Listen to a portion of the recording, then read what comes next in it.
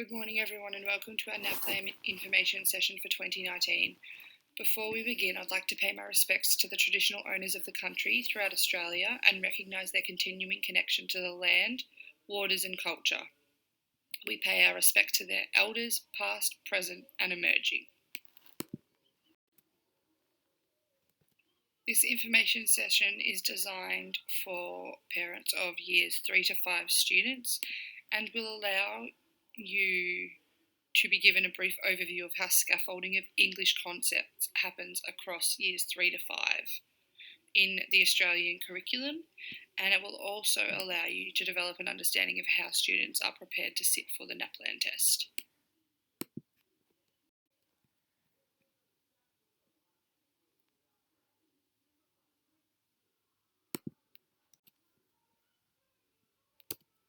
NAPLAN in a nutshell.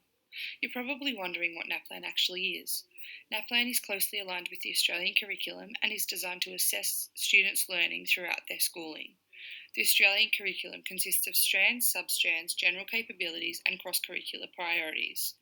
These determine what is being taught and learnt. They help align, facilitate and maximise a student's learning. The assessment consists of reading, writing and language conventions as well as numeracy. The test consists of multiple choice or short answer written responses.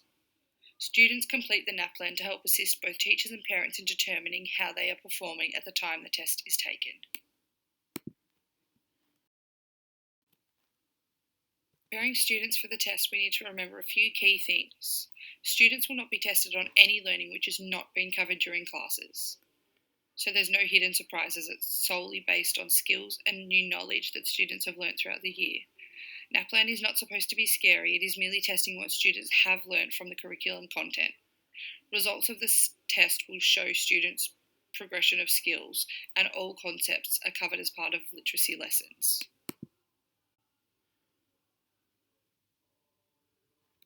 3 literacy concepts students have previously learnt through the use of the Captain's Chronicles include comprehension, vocabulary, and text in context. Examples of comprehension within the text are evident in the carpenter job advertisement. As you can see, students are given several answers to choose from. This question asks students to interpret information in the relevant section to make an inference. Students must be aware that only one of the possible activities stated links directly to the paragraph of the carpenter.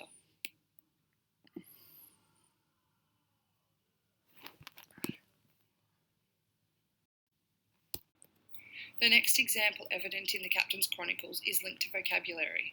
This question asks students to evaluate information they have read, in particular the opening and closing sections, which seek to persuade the reader to apply for one or more of the positions. Students who reflect on the text will more than likely be able to answer it correctly.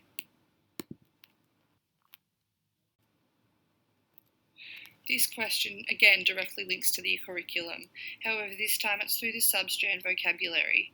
In Year 3, students develop the skills to learn extended technical vocabulary and ways of expressing opinion, including modal verbs and adverbs. Moving into Year 4, this adds the incorporation of new vocabulary from a range of sources into students' own texts, including vocabulary encountered in research. By Year 5, students can understand the use of vocabulary to express greater precision of meaning and know that words can have several different meanings in different contexts. Moving on to another example in the Captain's Chronicles, and we find the use of text in context and how they are used. As you can see by this example, the question asks students to translate information within the text and apply their knowledge of conventions pertaining the way acronyms are used within a text. This links to the curriculum through students identifying and expressing points of view on the importance of the able-bodied sailor on the ship. As you can see through the example of the Australian curriculum content descriptors, in Year 3 students are just beginning to identify points of view within a text and can suggest alternative points of view. Moving into Year 4, again, learning is extended and students are now able to identify and explain language features of texts from earlier times and compare these with the vocabulary, images, layout and content of contemporary texts. Into Year 5, and students begin showing ideas and points of view in texts and how they are conveyed through the use of vocabulary, including idiomatic expressions, objective and subjective, language, and that these change according to context. As you can see, the persuasive text The Captain's Chronicles has been used to help students scaffold their learning and understanding in preparation for the NAPLAN test. There are several assessment strategies which teachers use across years 3 to 5. These include summative assessment, which is the assessment of learning. This is used towards the end of an instructional period, and it might be a set task, a final project, or a summary of work completed within a portfolio. There's also formative assessment, which is the assessment for learning, used at the beginning of lessons and to conclude to check students' understanding. This form of assessment allows teachers to determine the best evidence-based pedagogy to teach the knowledge and skills and progress students' learning. Then there's diagnostic assessment, which is the assessment of students' knowledge and skills upon entry into a learning program. This form of assessment allows teachers to monitor student progress, gain additional diagnostic information, plan for and monitor the impact of teaching and literacy interventions. The one I tested before went for 11 minutes and I was freaking out. The next few slides will because it's only allowed to go for 9. Benefits and limitations of several assessment strategies. No. To begin with, we'll start with NAPLAN. Yeah. Benefits Minimum of of NAPLAN 8. include it tests a range of literacy skills. Students and parents are able to discuss progress with teachers and compare performance against national peers. It's an equal testing platform for all students. It's comparable data relating to literacy and numeracy standards of the Australian curriculum, and it's used to identify areas of improvement. However, it does hold its limitations. These include, once the data has been assessed, it is actually out of date by the time results are published, because results are not available until August of that year. It's a one-size-fits-all approach to writing. There is no differentiation. It's near impossible to gain an exemption. And NAPLAN does not replace other forms of assessment, so teachers are still required to implement other forms of assessment throughout the school year. With the pressure placed on schools by having the results of NAPLAN posted on the My School website, greater influence has been placed on preparing students for the test instead of focusing on the curriculum. So if a school knows that NAPLAN is coming up, they are more likely to focus on that than the rest of the learning materials in the curriculum. With the high amount of pressure placed on the results of the test, students can become stressed. In addition, alarming situations have occurred, such as children being asked not to participate in NAPLAN exams because they will negatively affect the results of their school. Another form of assessment which we are going to look at is a reading assessment called PROBE. PROBE is a reading comprehension assessment. It is a controlled, in-depth interview to help teachers gain a greater understanding of how readers engage with a text and what specific teaching is required. Benefits of PROBE include it helps teachers determine specific teaching strategies, it identifies skills that need reviewing, and it diagnoses students' strengths and weaknesses. Limitations of PROBE include students needing to infer the information, however it is not directly given in the text, and it is not broad enough to determine the range of student achievement. We are now going to look at written assessments.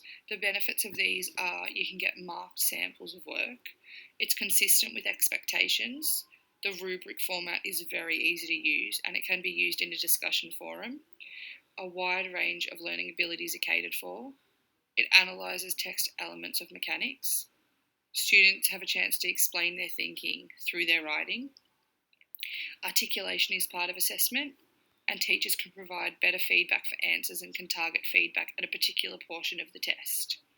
A limitation of a written assessment is it's open to interpretation and judgment. This question, there is just one thing to remember.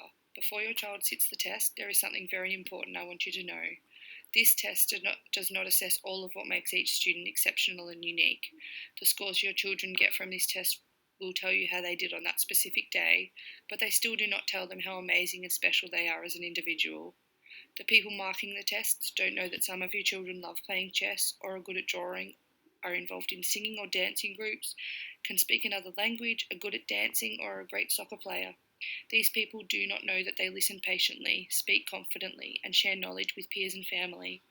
They do not know that their friends and family count on them for support and that they brighten the dreariest of days or my classroom. And directly links to the Australian curriculum through the substrain comprehension strategies, which states students in grade 3 are able to build literal and inferred meaning, and they begin to evaluate texts by drawing on growing knowledge of context, text structures, and language features. By Year 4, students are again building on literal and inferred meanings, but also expanding their content knowledge, integrating and linking ideas, and analysing and evaluating texts. By Year 5, students can use these skills to analyse information, integrate and link ideas from a variety of print and digital sources. As you can see, each year level scaffolds a child's learning, preparing them for their next year of schooling.